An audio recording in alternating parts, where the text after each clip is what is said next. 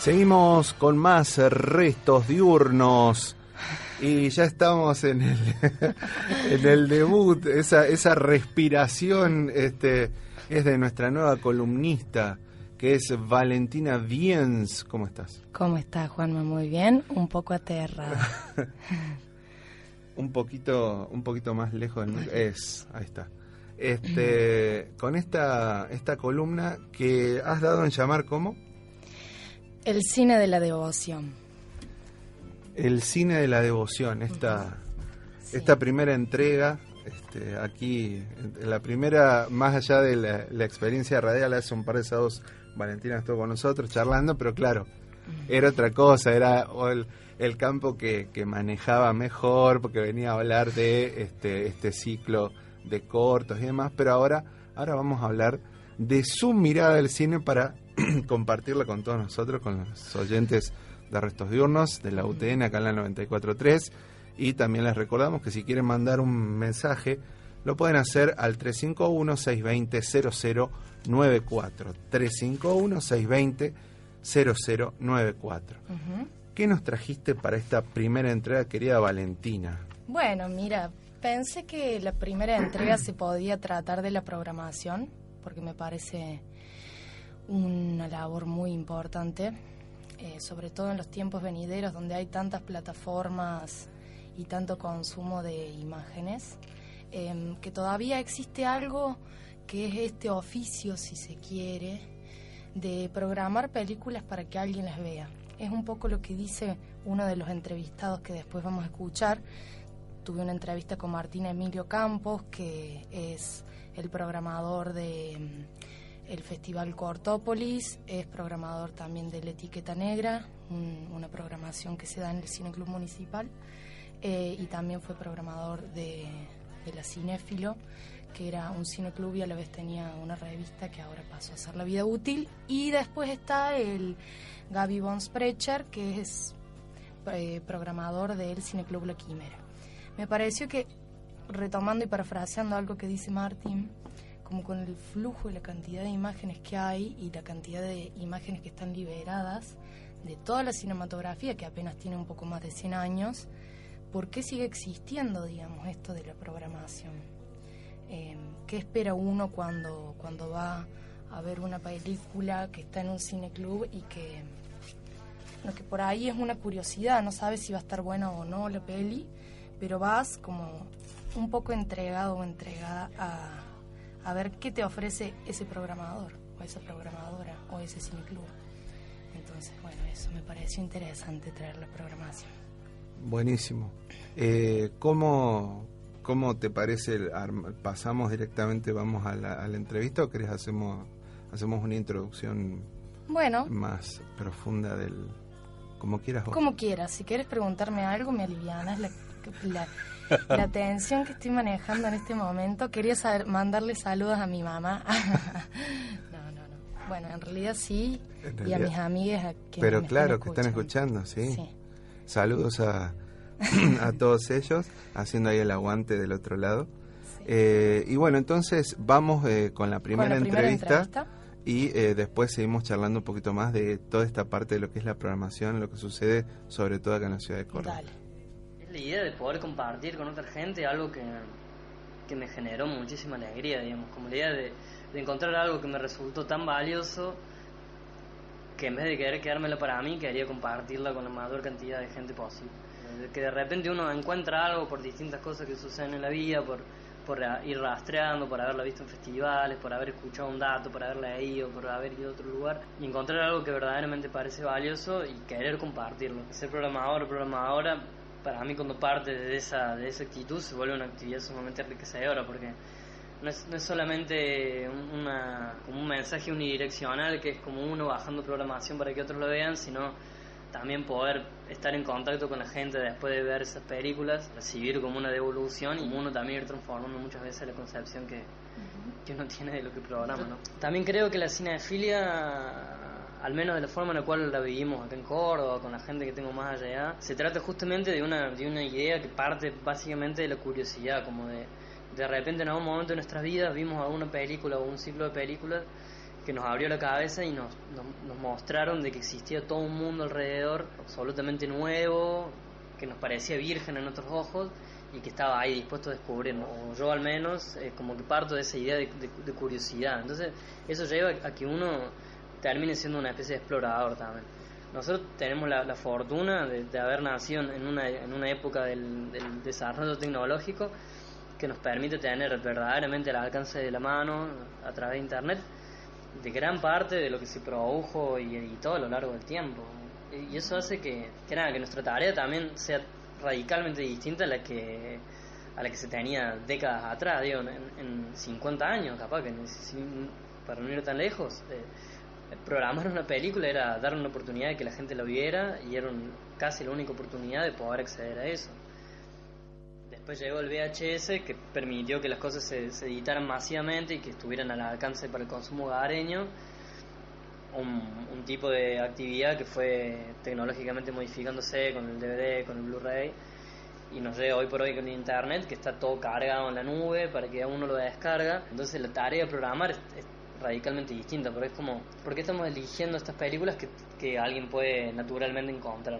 Nuestra tarea ya no pasa la de rescatar del olvido algunas cosas, sino quizás de darle otra entidad, como uno intentando aplicar algún tipo de criterio que a una determinada tipo de películas o a alguna película en particular con algún contexto particular y que le dé como otro sentido. Una de las grandes figuras de la cinefilia, Henry Langlois, que era el director de la Cinemateca Francesa en su periodo de esplendor, y claramente la Cinemateca Francesa en ese momento, como todas las cinematecas, tenía un rol muy importante que era la conservación de películas. Y ese tipo era un héroe, fue un héroe porque fue alguien que literalmente rescató del olvido a un montón de películas que hoy por hoy se consiguen y subsisten y existen copias gracias a su labor de coleccionista.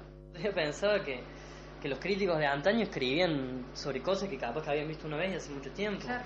Y eso hace que también el vínculo que uno tiene a la hora de escribir y describir es totalmente distinto. Uno es mucho más laxo con los críticos de la década del 40, 50 que escriben de películas que recuerdan, que las tienen en la memoria, que quizás están describiendo una escena que no la pueden ver en detalle. Hoy por hoy el detalle es casi una exigencia, porque yo puedo perfectamente ponerme en Netflix la peli de lo que vos acabas de escribir y corroborar si vos la estás describiendo bien. Permite que la crítica ya se abandonara la política descriptiva y bueno, pasar a encontrar ideas se volvería como ya una tarea mucho más propia de nuestro tiempo. Defiendo mucho el hecho de ver las películas en la sala de cine. En la sala de cine es el lugar donde mejor se ve por muchas cuestiones, por la cuestión de la imagen, por la cuestión del sonido, que si bien la tecnología ha hecho teles cada vez más grandes y con mejor resolución y sistemas de sonido cada vez más avanzados en la cantidad de parlantes y todo, no llegan a tener la calidad que tienen un Dolby 5.1 en una sala de cine, y ni que hablar de una pantalla de 6 metros por 9 donde las cosas se ven mucho mejor. Y hay un cambio que es casi ontológico, que es de poder ver una imagen que es más grande que uno, de ver personas en pantalla que son más grandes que uno, ni que hablar que si uno lo ve en un celular, que he escuchado gente que lo hace. Entonces yo siempre apuesto por la sala de cine, no solamente por eso, sino también porque hay una cuestión de atención, que es como cuestión técnica, la cuestión de la atención, la cuestión que es social. Digamos, ir al cine para mí es una actividad social, no solo por lo que sucede dentro de la sala, que sos vos, porque yo siempre creo que en realidad en una sala de cine el vínculo es medio entre la película y uno, es como una cuestión, como casi como si todo lo que está alrededor nuestro no contara, no existiera. Aunque yo también, por ser proyectorista también acá, he visto muchas veces como hay como una temperatura de la sala que hace que la percepción, la recepción sea totalmente distinta. Digo, hay funciones de las mismas películas donde la gente se ríe a carcajadas, otras donde no, y la percepción tuya como espectador va a ser totalmente distinta. Hace poco leía, no me acuerdo quién, decía que no existe cine viejo, sino cine que todavía no hemos visto. Digo, el cine es un arte que tiene 100 años.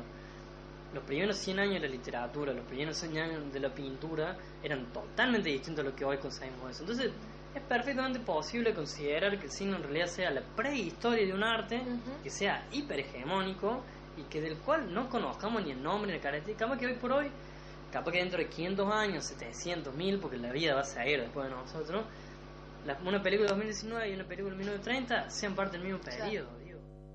Nada, uno tiene un criterio. Yo no sé, hay pelis que me parecen literalmente fascistas y esas pelis no las voy a programar nunca, ¿no? Yo si veo una película no voy a programar, porque me parece que es una peli que genera un daño en quien la recibe, como que termina haciendo un efecto que es muy poco crítico con respecto a la realidad que está retratando, ¿ves?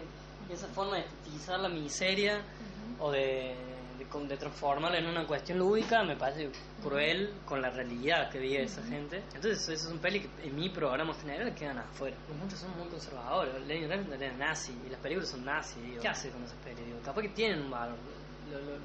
Lo que tienen los cineclubes, que no va por la temática, claramente, digo, por de repente hay películas de Lenny Riefenstahl cuando filman los Juegos Olímpicos de 36, es increíble cómo prefigura cómo filmamos hoy los Juegos Olímpicos. Y digo, está bien que la historia le haya dado la espalda a alguien que estuvo a favor del holocausto, obviamente, pero a veces la tarea de los cineclubes, si la tomamos con mucha seriedad, justamente es como generar un espacio de formación que tenga como premisa eso, que la gente pueda afrontar cineastas y situaciones y temas difíciles, intentando que reflexionen cabalmente de qué se trata lo que están viendo, ¿no? Porque si vos también abandonás a los espectadores con una película y que cada uno salga acá pensando lo que quiera, a veces películas como Ciudad de Dios, con Quien quiere ser millonario, y otra película que yo detesto, y capaz que termine generando un negativo, porque Quien quiere ser millonario es una idea rarísima, que todas las miserias que yo tuve en mi vida me sirven para hacerme millonario. Entonces como... Digamos, ¿qué dice eso del otro? Vos cuando salís a la calle y ves al chabón durmiendo en la calle con todo y vos te sentís que más tranquilo porque decís, bueno, pero eso le va a servir en algún momento para... No, hay alguien que está viviendo una tragedia, ¿entendés? Eso también genera así, como que vos de repente ves más cosas, o sea, ves más cosas en la calle, ves de otra manera lo que sucede.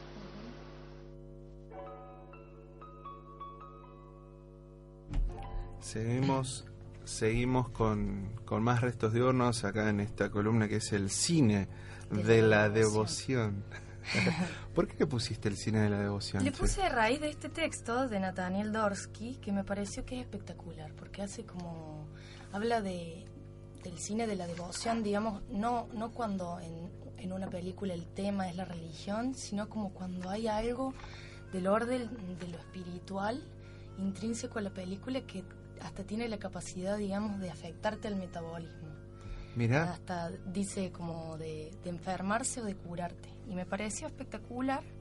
Y bueno, le puse eso. Tomar además el es como un poco la cuestión cinéfila que tienen toda esta gente, como Martín Emilio Campos y como el Gaby Bonas Sprecher, que vamos a cerrar la columna con una entrevista con él.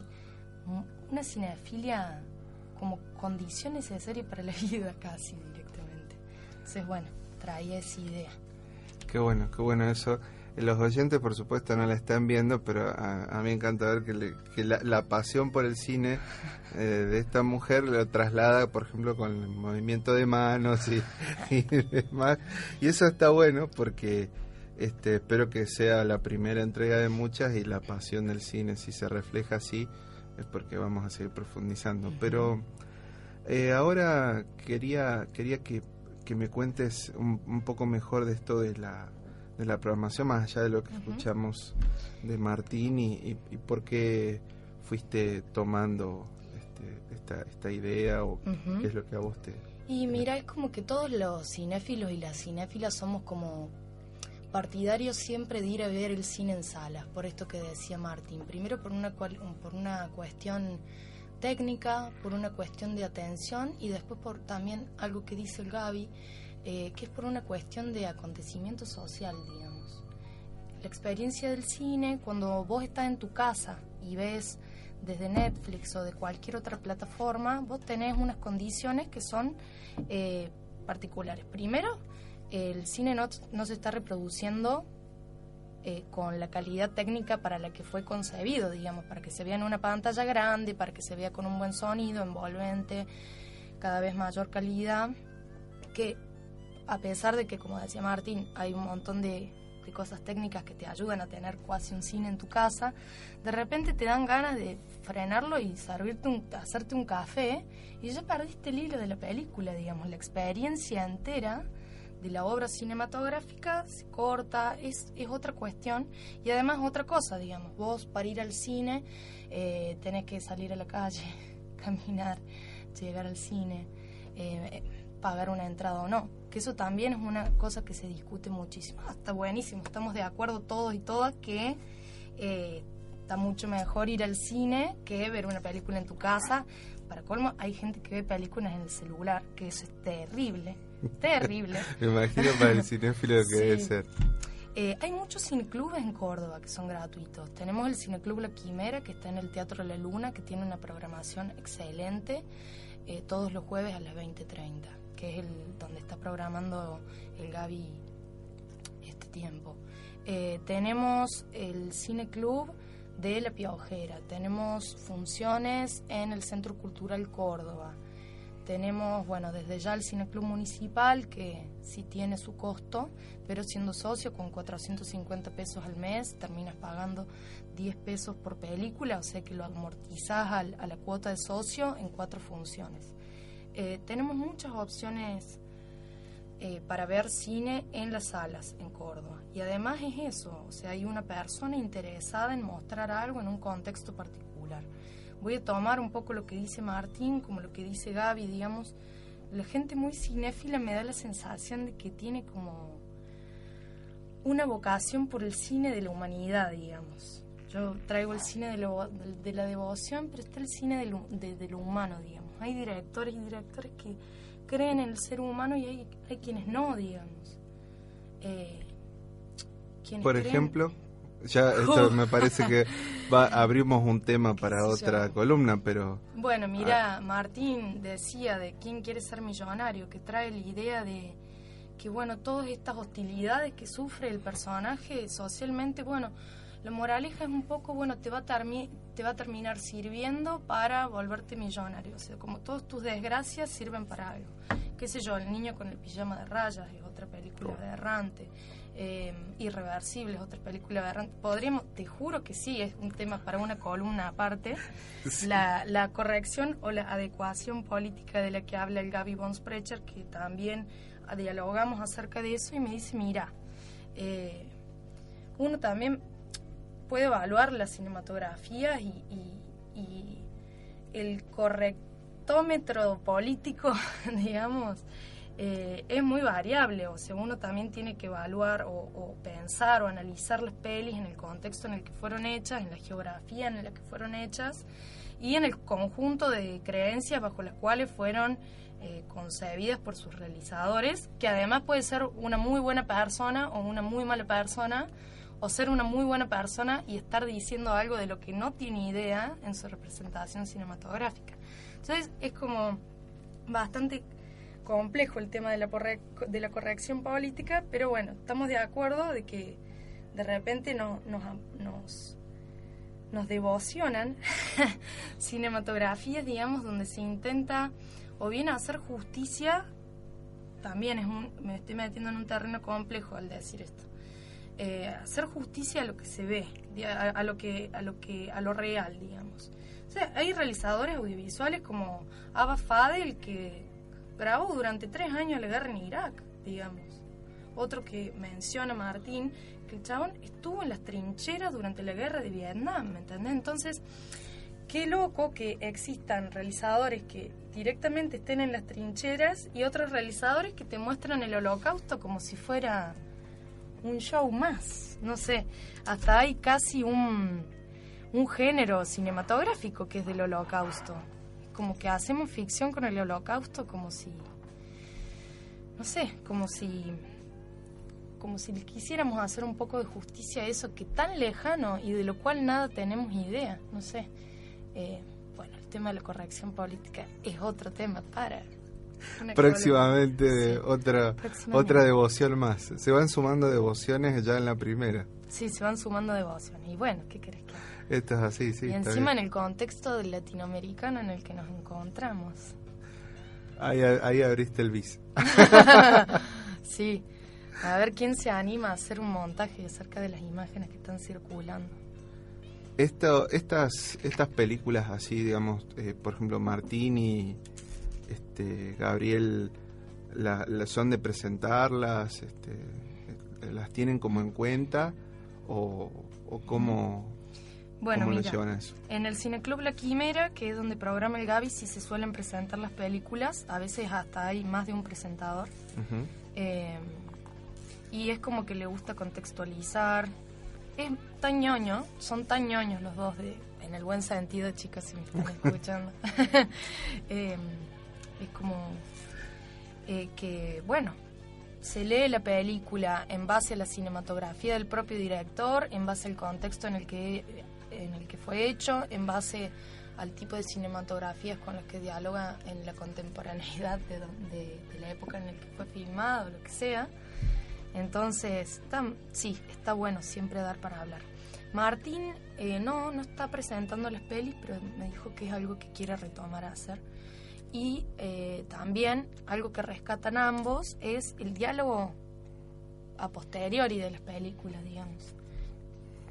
De repente hay gente que te puede, digamos, abrir campos de lectura que sea, digamos, como una nueva pesquisa y que ya no hay vuelta atrás. Cuando aprendiste a leer algo en una película, ya no hay vuelta atrás. Y eso también es el ejercicio de la cinefilia y por qué insistimos tanto en ir a los cineclubes, el cineclubismo. O sea que va a ser la premisa de esta columna. Insistir para ir a... muchachos, muchachas, vayan al cine, claro. Y también es como un ejercicio también de resistencia, porque hay películas difíciles. ¿Qué es una película difícil? Y que no está todo masticado. ¿Y no entendés algo? Bueno, pensalo. Pensá que no entendés. Pensá si hay algo que entender o hay algo, una emocionalidad que digerir, o si hay algo que te genera en el metabolismo. Estamos como siempre en la tiranía de la narración, cuando en realidad lo que más nos importa del cine, a los que más amamos el cine, es la forma, digamos, y lo que hace el lenguaje cinematográfico en sí mismo.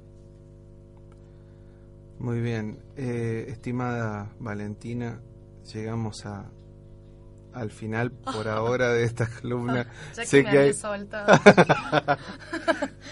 Pero es la promesa de varias más, al menos una más este año. Vamos a ver si dos, pero una seguro. Y bueno, ¿y con qué vamos a cerrar entonces ahora? Vamos a cerrar con la entrevista con el Gaby von Sprecher, que como somos tímidos los dos nos citamos en un bar de birras. Entonces, hay como sonidos de bar de birras. Mil disculpas a les ¿cómo se dice? Oyentes, radio escuchas, digo, yo soy una anciana. Y mil disculpas por el sonido de fondo, pero bueno, a veces hay que priorizar la experiencia. Gracias, Valentín. Gracias a vos, Juanma, y aguante la radio.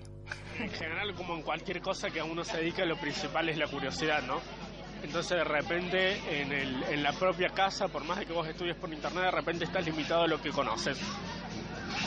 Por ejemplo, las típicas películas que uno conoce cuando es más joven, más adolescentón, o sea, las que le llegan por cultura popular, tipo Transporting o El Padrino, qué sé yo, vos las ves, pero de repente ahí te vas a cerrar sobre una cosa que es la cultura popular sobre el cine. Ahora, cuando vos tenés curiosidad y te acercás a los cineclubs, lo que tienen los cineclubs, todos y siguen teniendo, es que todos van construyendo una especie de gran conocimiento del cine, ya sea por histórico, temático.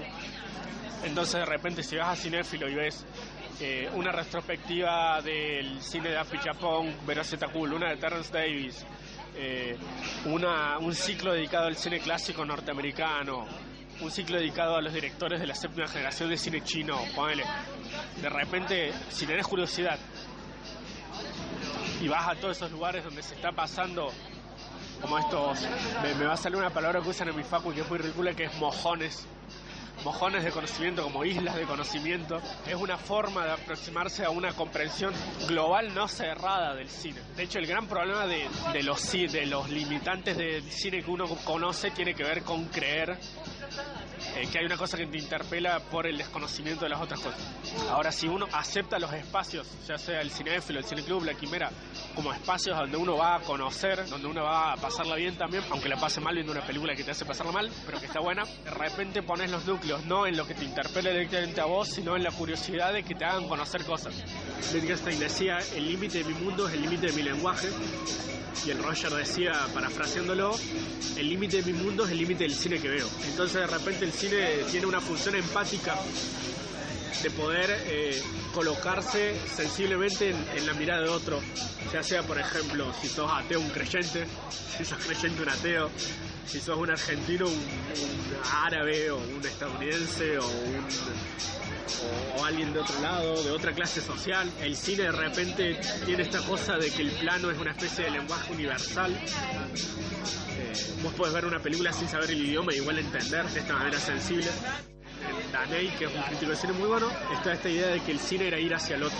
¿Qué gesto más político puede haber que salir de uno para ir al otro? En los ámbitos de los cineclubs, de hecho, son bastante progres, de izquierda, no necesariamente de partidos de izquierda, pero sí de una ideología siempre tirando más hacia la izquierda que la derecha, por suerte. Pero nada es homogéneo. Y de repente hay películas, qué sé yo, pasa mucho cuando se pasan películas viejas o películas de otras partes del mundo. El sistema de creencias y de valores de esa gente no es el mismo que el de uno, y muchas veces tiene elementos condenables, por así decirlo, políticamente.